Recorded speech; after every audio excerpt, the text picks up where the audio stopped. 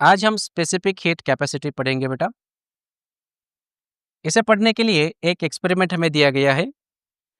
इस एक्सपेरिमेंट में एक कंटेनर है जिसके अंदर हमने वैक्स लिया हुआ है। वैक्स यानी कि जो कैंडल बनाने के लिए जो मटेरियल यूज किया जाता है उसी को ही वैक्स कहते हैं।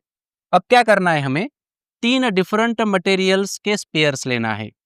एक आयरन का बना हुआ है, सेकंड कॉपर और थर्ड लीड। तीनों का मास सेम ही बेटा, मान लो तीनों का मास जो है वो 1 kg ही है। अब हमें क्या करना है, इन तीनों मटेरियल्स का जो टेम्परेचर है वो कांस्टेंट रखना है 100 डिग्री सेल्सियस पर। इसके लिए क्या करेंगे, एक कंटेनर लेंगे, उसके अंदर वाटर ऐड कर देंगे और उस वाटर को हीट सप्लाई करेंगे। जैसे ही वाटर का टेम्परेचर 100 डिग्री सेल्सियस हो जाएगा, उसके अंदर इन तीनों मटेरियल्स को हम लोग डाल देंगे। तो कुछ देर के बाद क्या होगा, इन तीनों मटेरियल्स का जो टेम्परेचर है बेटा वो 100 डिग्री सेल्सियस हो जाएगा। सही है। और जैसे ही 100 डिग्री सेल्सियस टेम्परेचर इनका बनेगा, इन्हें हम लोग इस कंटेनर के अंदर डाल देंगे। ठीक है। तो जैसे कि आप यहाँ पे डायग्राम में देख पा रहे हो कि जो आयन का जो मटेरियल है, यानी कि आयन का जो स्पीयर है वो सबसे नीचे जाते हुए दिखाई दे रहा है। ये भाई सबसे नीचे क्यों जा रहा है, क्योंकि ये जो आयन मटेरियल है इसने सबसे ज्यादा हीट को गेन किया था। तो यहाँ पे एक बात हमेशा याद रखना, हालांकि इन तीनों के टेम्परेचर सेम ही है, तीनों 100 डिग्री सेल्सियस पर ही थे, लेकिन इनकी हीट एब्जॉर्ब करने की कैपेसिटी अलग अलग थी। ये सबसे नीचे क्यों जा रहा है, क्योंकि इसने सबसे ज्यादा हीट को गेन किया था। तो जो सबसे ज्यादा हीट को गेन करेगा वही सबसे ज्यादा हीट को लूज भी करेगा। तो ये क्या करेगा, इसके पास जो भी हीट होंगी वो हीट वो इस वैक्स की तरफ ट्रांसफर कर देगा, इसीलिए तो ये सबसे नीचे जा रहा है। उसके बाद एक कॉपर, यानी कि आयन के कंपैरिजन में कॉपर जो हीट गेन कर रहा है वो कम है, और सबसे कम हीट जो गेन करने वाला मटेरियल है वो है बेटा यहाँ पे लीड। ठीक है। तो यहां से क्या समझे हम, यहां से एक बात हमें समझ में आ रही है कि जो हीट कैपेसिटी जो होती है किसी भी मटेरियल की, हीट गेन करने की कैपेसिटी या फिर हीट को लूज करने की कैपेसिटी, वो उस पर्टिकुलर मटेरियल की प्रॉपर्टीज पर डिपेंड होता है। तो हमें स्पेसिफिक हीट कैपेसिटी पढ़ना है। स्पेसिफिक हीट कैपेसिटी किसे कहेंगे, जैसे नाम में बेटा स्पेसिफिक, तो हम स्पेसिफिक हीट ही वहां पे देने वाले। जैसे कि मानो कोई भी ऑब्जेक्ट हो और उस ऑब्जेक्ट का मास है 1 kg, इसलिए इसको बोला जाएगा यूनिट मास। तो कोई भी ऑब्जेक्ट हो जिसका मास यूनिट हो, यूनिट मास हो, और उस ऑब्जेक्ट का टेम्परेचर 1 डिग्री सेल्सियस से बढ़ाने के लिए जो हीट सप्लाई की जाएंगी उसी हीट को हम लोग स्पेसिफिक हीट कैपेसिटी कहेंगे। इसका डेफिनेशन देखो क्या है, the amount of heat energy required to raise the temperature of unit mass of substance by 1 degree Celsius. तो उस हीट को क्या कहा जाएगा, स्पेसिफिक हीट कैपेसिटी। अब यहां पे समझो, जैसे कि अब ये आयन है, तो ये आयन क्या कर रहा है, ये आयन हीट को एब्जॉर्ब कर रहा है, सही है। तो वो स्पेसिफिक हीट को निकालने के लिए एक फॉर्मूला हम लोग यूज करेंगे। वो जो हीट होंगी बेटा उसे हम लोग Q से रिप्रेजेंट करते हैं, और उसे फाइंड आउट करने के लिए हम फॉर्मूला यूज करेंगे M। M का मतलब होगा मास इंटू C। C जो है इसका मतलब होगा बेटा यहाँ पे स्पेसिफिक हीट कैपेसिटी। ठीक है, M into C into delta T। चाहे ऑब्जेक्ट हीट गेन कर रहा हो, चाहे ऑब्जेक्ट हीट लूज कर रहा हो, दोनों को फाइंड आउट करने के लिए हम लोग यही फॉर्मूला यूज करेंगे, M into C into delta T. तो यहां से C क्या निकल के आएगा, देखो स्पेसिफिक हीट कैपेसिटी, C निकल के आएगा Q divided by M into delta T. Check कर लो क्या फॉर्मूला है, C is equals to Q upon M into delta T. तो मैं नेक्स्ट पेज पे यहाँ पे ये फॉर्मूला फिर से लिख रहा हूं। C का फॉर्मूला क्या है, C है बेटा Q upon M into delta T. और इस C को क्या बोला जाएगा, इसी C को हम लोग स्पेसिफिक हीट कैपेसिटी कहेंगे। ठीक है। और इसका ऐसा यूनिट क्या होगा, जैसे कि अभी ये हीट है, हीट को ऐसा यूनिट क्या है, जूल पर मास। मास का क्या होगा, केजी, और टेम्परेचर किस में मेजर कर रहे हैं हम लोग? डिग्री सेल्सियस में, ठीक है। लेकिन और एक बात याद रखना, टेम्परेचर का जो एसआई यूनिट होता है एक्चुअल में बेटा, वो होता है केल्विन। तो इसकी जगह पे हम लोग जूल पर केजी डिग्री केल्विन भी लिखेंगे। तो मार्च 2020 में इसके ऊपर एक क्वेश्चन था, तो ऐसा यूनिट पूछा गया था जिसके अंदर ऑप्शन में ये था। तो इन दोनों में से जो होगा बेटा, तो सही तो यही है, ठीक है। लेकिन ये नहीं होगा तो हम लोग इसके ऊपर टिक करेंगे, ठीक है, इसको भूलना नहीं। और इसका सीजीएस यूनिट क्या होगा? तो हीट का सीजीएस यूनिट क्या होता है? वो होता है कैलोरी। केजी का सीजीएस यूनिट मतलब मास का सीजीएस यूनिट होगा ग्राम, और ये डिग्री सेल्सियस, ये बनेगा उसका सीजीएस यूनिट। ये है एसआई यूनिट और ये है सीजीएस यूनिट, ठीक है। तो कुछ मटेरियल से इसके अंदर हमें दिए गए, कुछ सब्सटेंसेस से देखो, जैसे कि वाटर है, वाटर की स्पेसिफिक हीट होंगी 1, पैराफिन हो, केरोसिन हो, एल्यूमिनियम हो, इन डिफरेंट मटेरियल्स की हमें स्पेसिफिक हीट कैपेसिटी यहाँ पे दे दी है। लास्ट में दिया गया है मर्क्यूरी, तो मर्क्यूरी की स्पेसिफिक हीट है बेटा 0.033। तो ये टेबल जैसे कि न्यूमेरिकल दिए जाएंगे तो उसके अंदर हम लोग जो वैल्यू हमें चाहिए वो यहाँ से हम लोग ले लेंगे, ठीक है। चलो, नेक्स्ट कॉन्सेप्ट है बेटा हीट एक्सचेंज।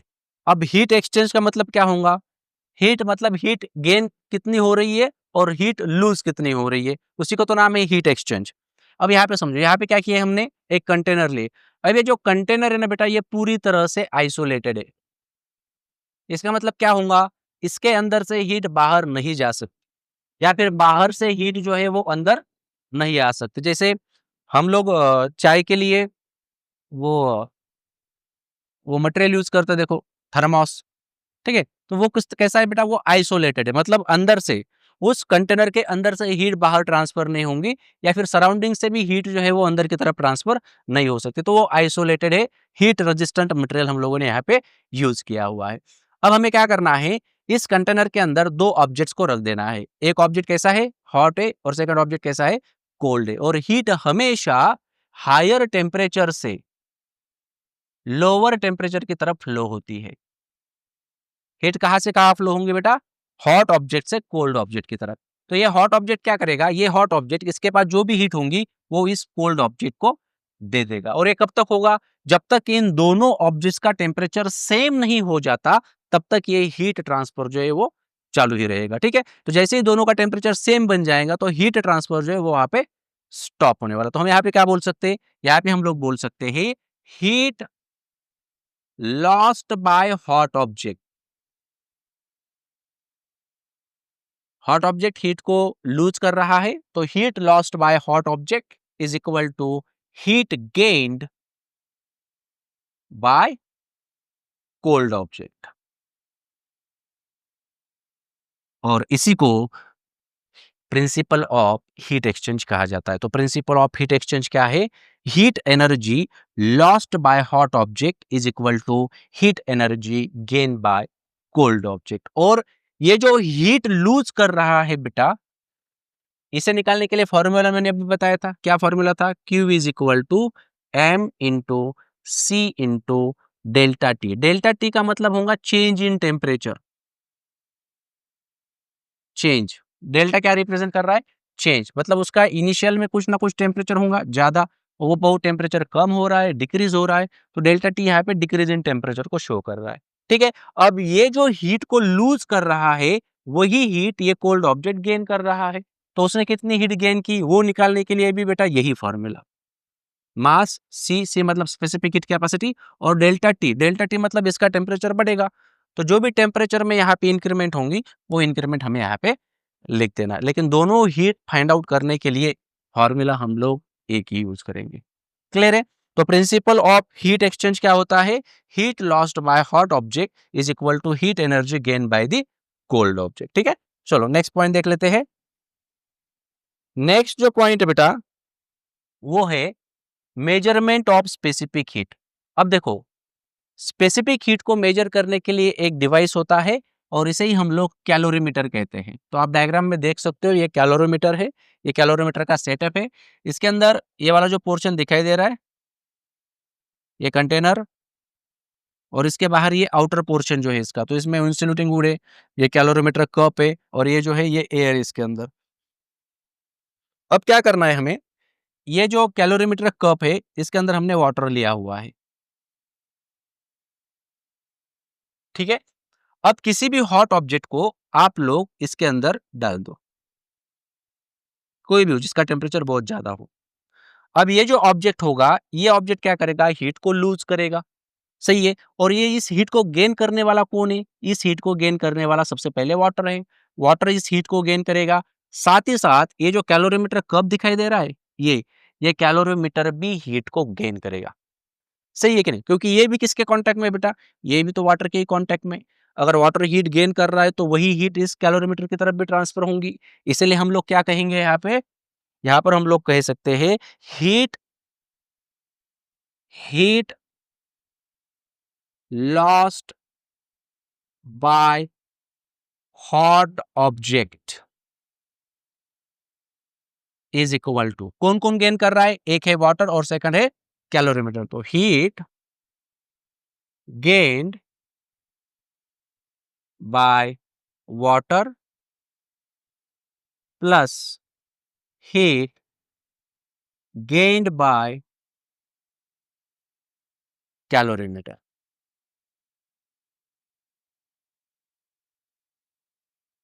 क्लियर है? तो ये जो heat lost by hot object है उसे हम लोग Q कह देते हैं और हीट गेन बाय वाटर को Q1 कहेंगे और हीट गेन बाय कैलोरीमीटर को Q2 कहेंगे। तो टोटल हीट जो है वो आप इस फॉर्मूले के फॉर्म में लिख सकते हो Q is equals to Q1 plus Q2। ठीक है? हम्म। और एक बात याद रखना बेटा, यहाँ पर जो हीट हम लोग ले रहे हैं जैसे कि यहाँ पे Q1 है और Q2 है, तो Q1 निकालने के लिए फॉर्मूला कौन सा लेंगे हम? फिर से वही m into C into delta T और Q2 भी यहाँ पे क्या होगा? वो होगा m into C into delta T. तो वही हीट जो है वो दो फॉर्म में वहां पे स्प्लिट होते हुए दिखाई दे रही है। कुछ हीट जो है वो वाटर गेन कर रहा है और कुछ हीट जो है वो कैलोरीमीटर गेन कर रहा है।